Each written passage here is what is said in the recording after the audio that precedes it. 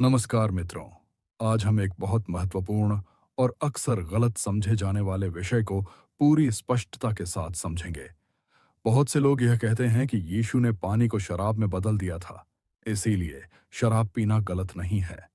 कुछ लोग यह भी सोचते हैं कि चर्च आज भी शराब ही पिलाता है।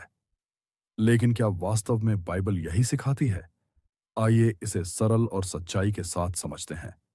सबसे पहले यह जानना आवश्यक है कि बाइबल के समय में अंगूर के हर प्रकार के रस को दाखरस कहा जाता था, चाहे वह ताज़ा, मीठा और बिल्कुल शुद्ध रस हो या फिर हल्का खमीर चढ़ा हुआ रस। दोनों के लिए शब्द एक ही था, दाखरस।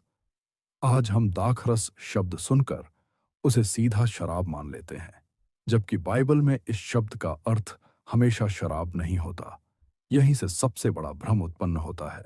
अब यह समझना भी आवश्यक है कि बाइबल शराब, नशे और मतवालापन को कभी अच्छा नहीं मानती।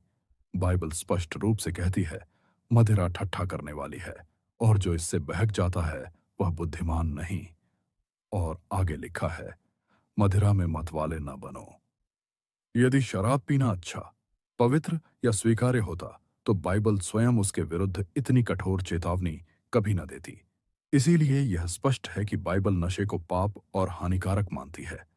अब आइए समझें कि यीशु ने काना की शादी में कैसी दाखरस बनाई थी। जब यीशु ने पानी को दाखरस में बदल दिया, तो भोज प्रबंधक ने कहा, यह तो सबसे उत्तम दाखरस है। उस समय उत्तम का अर्थ था सबसे ताजा, सबसे मीठा, सबसे शुद्ध अंगूर रस, जिसमें कोई खमीर ना हो और नशे का कोई प्रभाव भी ना हो। खमीर चढ़ा रस, जो मतवाला कर सकता था, उत्तम नहीं माना जाता था और सामान्यतः भोज के अंत में दिया जाता था। इसीलिए यह स्पष्ट है कि यीशु ने नशा कराने वाली शराब नहीं बनाई, बल्कि बिना खमीर का शुद्ध, ताजा और उत्कृष्ट अंगूर रस बनाया। यीशु कभी वह कार्य नहीं करेंगे जिसके विरुद्ध बाइबल स्वयं चेतावनी देती है। अब प्रश्न यह है कि चर्च में आज क्या दिया जाता है? चर्च में दिया जाने वाला रस मसीह के लहू का प्रतीक होता है। यह एक स्मरण है, कोई मदिरापान का अवसर नहीं। बहुत से चर्च बिना खमीर का शुद्ध अंगूर रस ही प्रयोग करते हैं।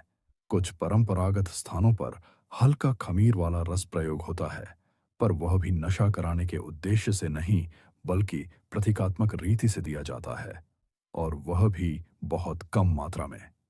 चर्च कभी भी नशे का समर्थन नहीं करती।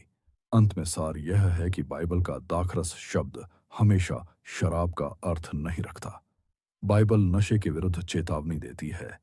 यीशु ने उत्तम, ताजा और नशा रहित रस बनाया था, न कि शराब।